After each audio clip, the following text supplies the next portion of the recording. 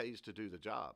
If you were going to try and do it, it might take you 3 days to do the job. Well, and then you have that sign in your shop too that says labor, and it gives you your hourly rate. Right. And it goes labor if you tried to do it first. That's right. Oh yeah, that always costs you a little bit more. My dad used to have that sign. He goes, $10 an hour. This was back in the 70s. $10 an hour labor. $20 an hour labor if you tried to do it first. $50 an hour labor if you tried to do it first and made the problem bigger than it was originally. Yeah, I've had guys bring me a car in a box. Hey, can you put this back together?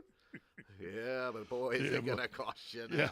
Yeah, but remember how much you paid for GM to put it together?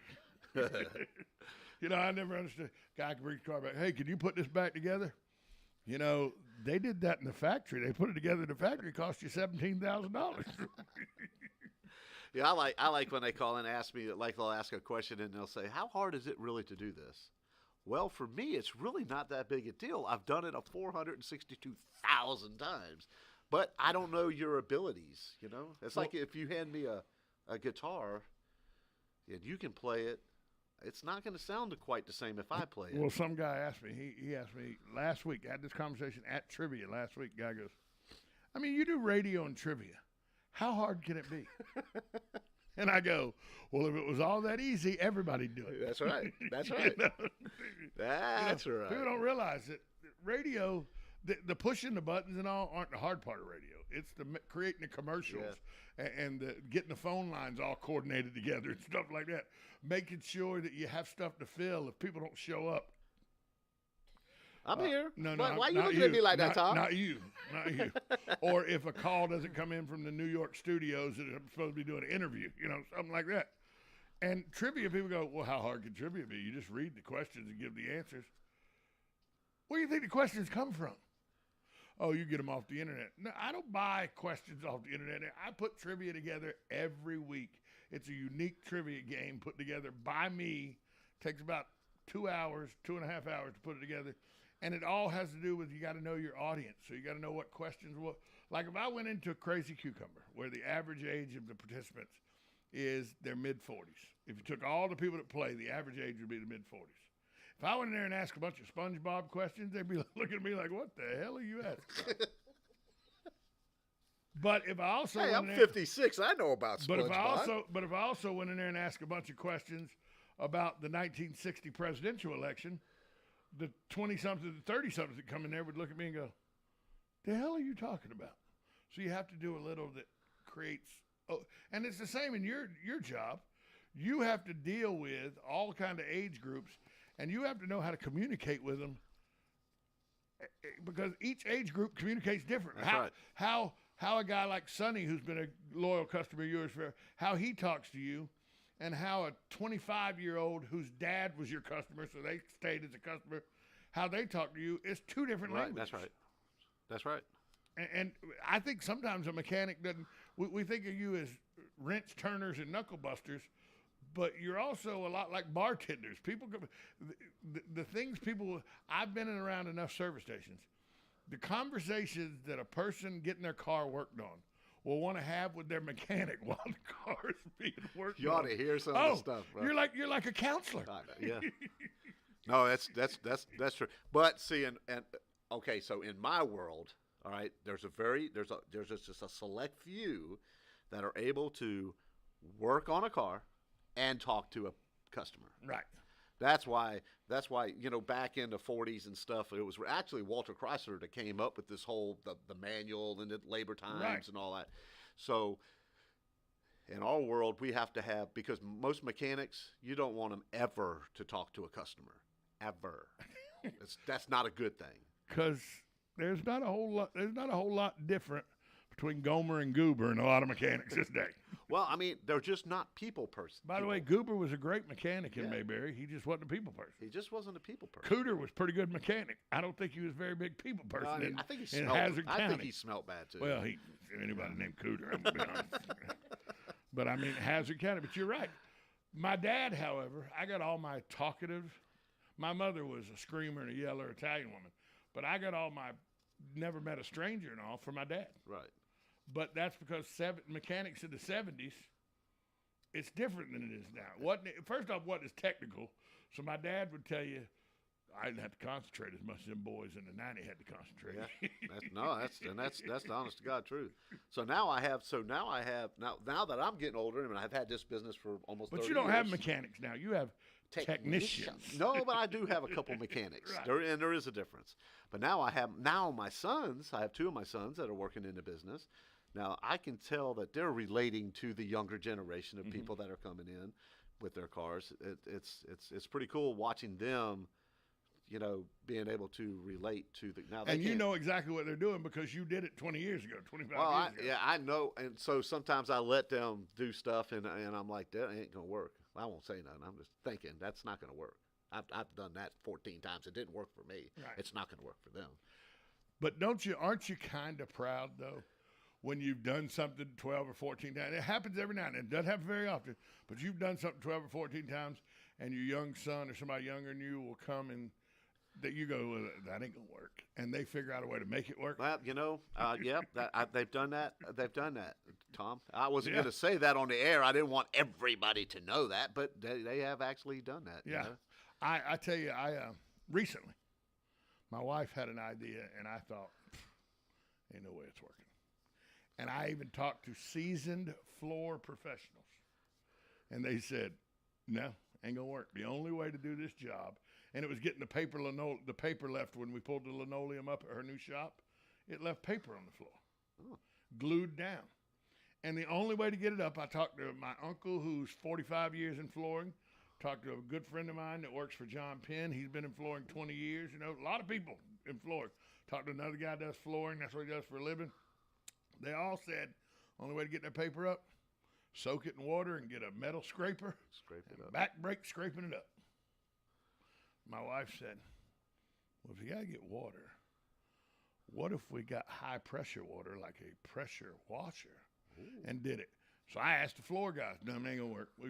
That won't work. There's no way that's going to work. Nope, not going to work. It worked, huh? Like a charm. But it was one of those moments where one of the floor guys go, he was there because he wanted to see it, because there was no way it was going to work. He went, damn, that worked.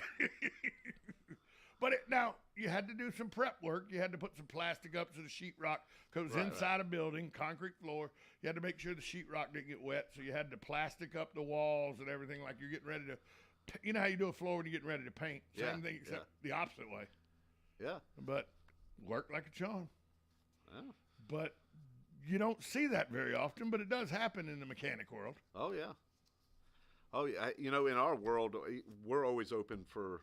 It's called fabrication. Yeah, and learning something new. I mean, maybe the 14 times I tried to do it my way, and my son will come in, he didn't really do it my way, but he accomplished what I really was trying to accomplish. He just did it in a different way. Right. And that's great. And that's one of the things of the qualities of a technician is that they'll, this is what needs to be done. And this 8 guys might do it this way, and this one does it that way, and this one does it this way.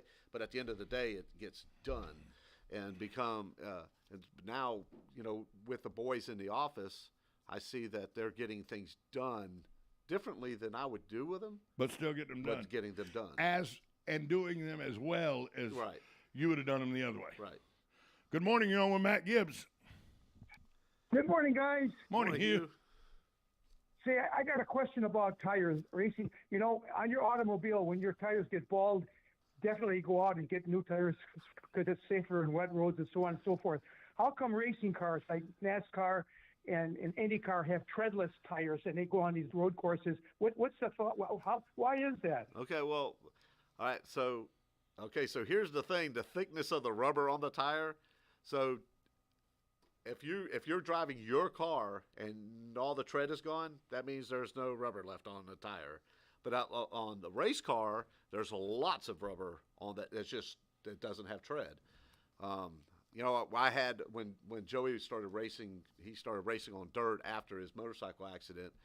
We started racing on a clay track, and a lot of the guys were using not or grooved tires because we were racing on dirt. Well, we learned how to race. He learned how to race this go-kart on the dirt with slick tires. With slicks.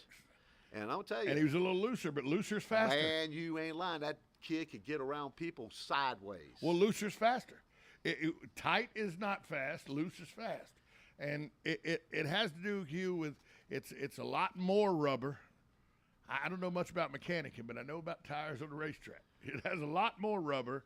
And a regular tire, when it's bald, it's got very little rubber. Right, this is gone. And they use sometimes a softer rubber that heats up better and becomes real sticky and adheres to that, especially asphalt. Well, we used to prep our tires. Yeah. We actually put them with a blowtorch. Well, that became illegal. I know. But we did make ovens. Yeah. We made ovens and cook them. And but the tires would be in the oven. Yeah. And on the wheel, and man, you got to get them suckers. You got to get them hot. That's why you see NASCAR drivers, Hugh, when they're in a caution lap or something, they're turning that steering wheel back and forth and moving the tires back and forth. That's scrubbing the tires on the asphalt and keeping them hot. Keeping them hot. So because they're like sticky. If you go to a NASCAR race or something, and you take one of the tires and you put your hand down on it, one of the race ready tires, put your hand down on it, it's very tacky.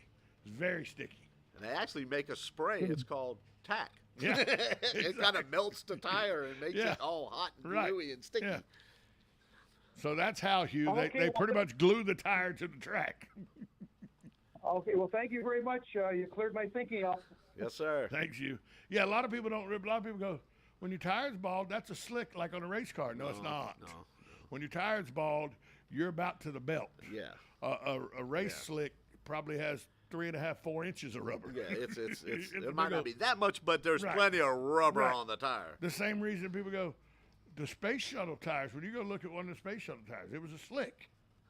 But it's because when it hits, coming in it that fast, it hits that runway, that heat, it wants it to grab. Right, that's right. And so it's sticky and grabs That's that right. way. I wouldn't want to see an all-weather tire on the space shuttle. No, that probably wouldn't work real well. That's a good question, though, because a lot of people don't know. A lot of people think, well, if my tires are bald, they're just like race car tires. Why do race car tires work? Yeah, no, that's not a good thing. No. Did you watch the Bristol race? Speaking of racing, did you watch the Bristol race I last watched week? some of it. That is so cool how It they is put dirt on on that place. Well, here's my problem with it, though. Towards the end of the race, they're not racing on dirt. No, that clay gets hard as asphalt, dude. Right. But it looks like it's turning black. Like No, it some of isn't. the asphalt's coming through. No, that's the rubber off the tires. Is it that's on the track. Because I know when I used to go to dirt tracks, Pecan Park up in Jacksonville, or I'd go out to what is now Bubba's, but it wasn't Bubba's. It was Ocala Raceway back then. I'd go there when Mike ran the place and everything. I'd go out there. Yeah. I go out there, and I know that track was hard as a rock, and it was they wouldn't even, sometimes they liked it dry instead of wet and everything, but it just to me it looked like, and maybe Bristol put enough dirt down that it stayed dirt, because I know that people don't realize this. Bubba's Raceway, which used to be the Ocala Raceway and all, you get up under that clay, there's asphalt in there. Yeah, there's still asphalt there. There's still asphalt there. And so when it rains, it's really a mess because the water can't go through. Can't the run track. off, right? It Right, just puddles. So it makes a mess out there when it rains. I remember 20 years ago, you'd go to the Ocala track, and you'd go to a fight and a race would break out. Yeah, dude, when we were racing go-karts, there was a fight at the go-kart track. You'd go every Friday night. It was Saturday nights then, wasn't it? Or was it Friday and Saturday? I think Mike ran races. I think it was Friday night. Friday nights. But you'd go to a fight and a race would break out. Yep. And it was always in the turn floor 4 bleachers. It would seem like, and I'm not talking about 1 or 2 people fighting. The whole place would. And then you'd hear something, they're fighting in the pits. And you'd go look. Now race teams back there squared off. I'm like, dude, your Gremlin and your Pinto, neither one had a chance of winning, and y'all are mad that y'all rubbed each other. Stop. We were in an enduro race. Yeah, no, you weren't. You brought a hunk of junk to the track. It blew up, and you want to blame somebody so you don't look stupid. So when we raced motorcycles, it was completely different people, man. If there was, we were in Buffalo at a motocross race one time, and this family came up from Miami. There's like one track in South Florida. And Right. all the rest of the tracks are within an hour and a half from here. Yeah, they used to have a nice track in Waldo. Waldo was one of the premier tracks. Yeah. And so this family, they came up from Miami. Their son was racing up in Buffalo, and Saturday's practice, Sunday's race. After Saturday's practice, everybody cleans up their stuff and gets ready for racing on Sunday. Well, somebody walked through the pits and stole this kid's bike, his motorcycle. They came all the way from Miami. They And had his bike one got motorcycle. stolen. Right. And so I said, just go in the trailer. I have 5 motorcycles in the trailer. It was the same. It was a Honda 80 cc, 85 cc motorcycle. I said, just go in my trailer and just get one. I got 5 of them in there. And so they did, and just so the kid could race. Man, if you were racing, That would never happen at a dirt track. never, dude, they would all be celebrating that your stuff got stolen. Yeah. They probably hired the guy to go They steal probably- the stuff. Exactly. Especially if you were one of the best racers there, they may have hired somebody to come in with a car hauler and take the car off. I'm telling you, Yeah, that would never happen. At a dirt never. track. Never. man, No. Joey's birthday was always at a racetrack, either a motocross track or, and if it was his birthday weekend, my wife would go get a big sheet cake and we'd bring it, and all the kids would come and have cake and birthday cake. How good was that go-kart track up in White House? In White House, where's White House? Florida, right before you get right by Normandy Boulevard and all. We never. You know, on never 301 went up there. North. Yeah, I know where you're talking about. I think it was called Dirt Devil or Dirt, something. yeah, like and that. it was 3/8 of a mile. Yep. We never raced on that track. No, No. it looked like there was always crowds there. Cars Yeah. be parked up and down 301. and There was a everything. guy. We started at a track at a guy's house. Really? This guy had a go-kart track, clay track, built, and he races like late models and open wheel modifies, and he built a track at his house, and there will be 500 people show up at his house on Friday, and everybody puts a little he doesn't charge anything, but everybody would put a little donation in his mailbox. Well, for some reason it just escapes my name. The mud pit out in Hogwaller? Hogwaller. I remember when Hogwaller was just a little pond, and there 55, 60 people from Palatka and Hawthorne would show up. Yeah. Nobody in Ocala would come to Hogwaller. Yeah. Nobody from around there. We get some people from Hog Valley maybe, but that was it. But it was just, and 4-wheelers and Yeah. 3-wheelers, and there was nobody. Now you go out there, there's concession stands. I know, it's an event. There's people selling T-shirts and everything. I go, the hell is this? I was like, this is not I went to Hogwaller. I hadn't been to Hogwaller probably 10 years.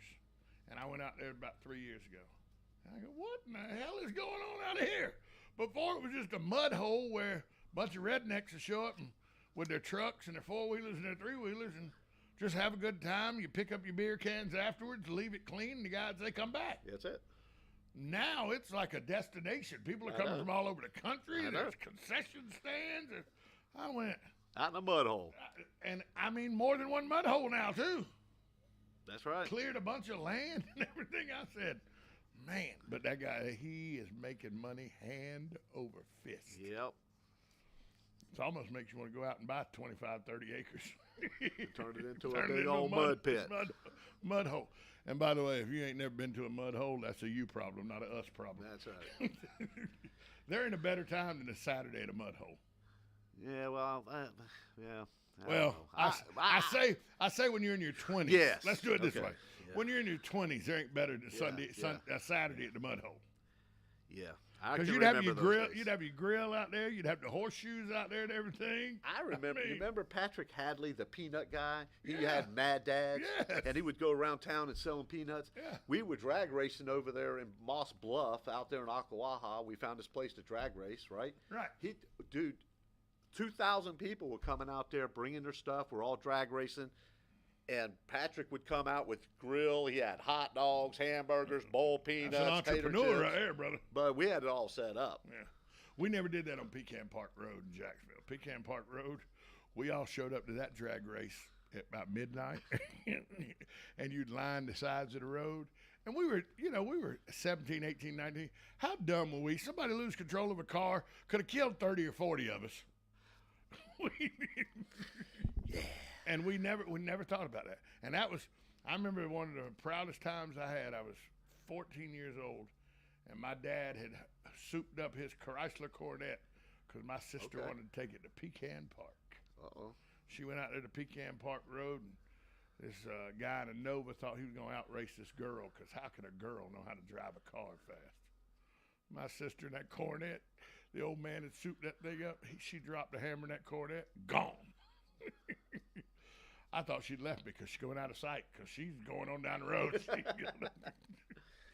But, yeah, so we all had our little drag racing areas when we were 17, 18. Yep. The guys that I don't understand, the guys that get on a motorcycle and drag race. That's just like sitting on a motor. You're just sitting on a motor doing 200. I've been to Gator Nationals.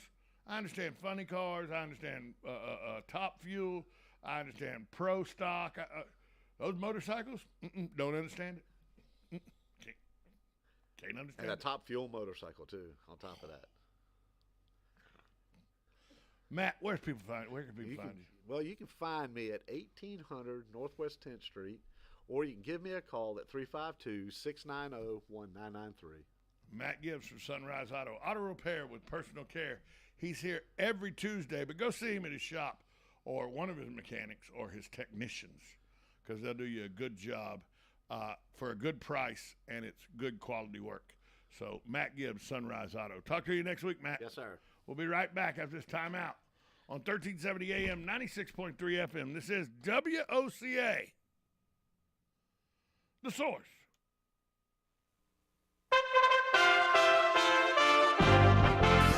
USA Radio News with Lance Pride. Ukrainian President Zelensky announced Monday that Russia's offensive in the Donbass region had begun, starting a second phase of the war in eastern Ukraine. As Zelensky warned the world Russia may use low-yielding nuclear weapons, President Putin Monday said the sanctions against his country have failed, and countries that support them have high inflation and high unemployment.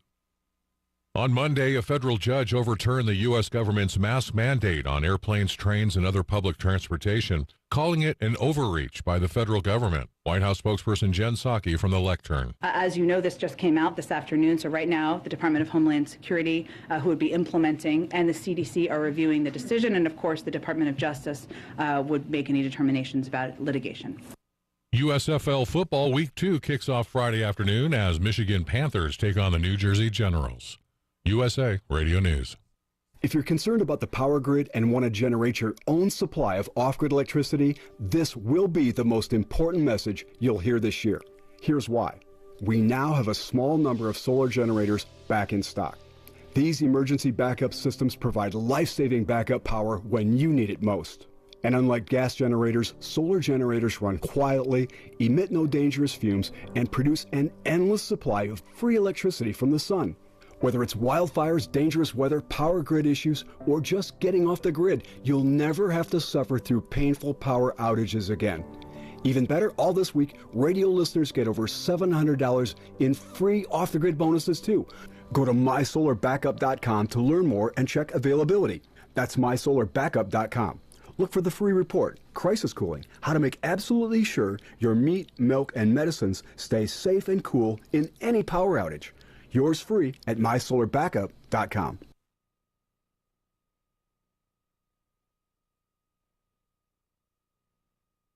Shamrock Security Systems, 629-3223. Shamrock Security Systems is located here in Ocala, Florida. Shamrock Security Systems is a top-rated alarm company offering 24/7 monitoring, video surveillance, fire and flood protection. You'll sleep a little better once the job is done. Shamrock Security Systems for over 31 years. 629-3223. Get a 100% free quote from Shamrock Security. 629-3223. Think you know Dex Imaging? Think again. In the office, streamlining communications. In the field, delivering top-notch service, enhancing productivity and reducing downtime. In the data center, a part of the growing digital document revolution. In the world of business, supporting entrepreneurs and helping companies grow. In the forefront of technology, developing cutting-edge document management solutions. So if you think you know Dex Imaging, you don't know Dex. Each morning, we wake up thankful to live in a free nation with liberty and justice for all. But sometimes those liberties can be put in jeopardy, and you may have questions about what to do or who to call. Let Doc Blanchard of Blanchard, Miriam, Adele, and Kirkland help you find the answers. Attorneys at law since 1974 and located in downtown Ocala. If you have legal issues, don't go it alone. Call 352-732-7218. Blanchard, Miriam, Adele, and Kirkland, helping protect your liberties every day. Don't go through another year with that awful joint pain. Now there's an exciting new treatment using natural biologics, regenerative solutions that can restore and repair damaged tissue in your joints. Hey folks, it's Tom Schmitz, and I'm talking about QC Kinetics, now open here. QC Kinetics is the nation's leader in non-surgical regeneration. Highly concentrated natural biologics that can give you lasting relief. If you have pain in your knees, back, shoulder, hips, and you're tired of steroids, tired of pain meds, and talk of major surgery, this is the treatment you've been hoping for. Call the medical professionals at QC Kinetics today for a free consultation. Learn about how natural biologics can be used to get you moving again pain-free. Listen, don't let them keep giving you steroids. Don't let them tell you your surgery is your only option. Get a free second opinion at QC Kinetics. Do it now and imagine life in 2022 without pain. Call QC Kinetics now for a free consultation. They have offices now in Ocala and the Villages. Call 352-400-4550. That's 352-400-4550. Hey there, Congresswoman Kat Kamak here, your conservative voice in our nation's capital. Tax filing season is underway, and while the IRS works through its millions of backlog cases from prior years, our office is here to help you navigate the IRS. From delayed tax returns, missing stimulus payments, and so much more, you can reach out to our team at camac.house.gov for help. I'm Kat Kamak, and it is my honor to serve you. This ad is paid for by official funds authorized by the U.S. House of Representatives. Now you've done it. Have you lost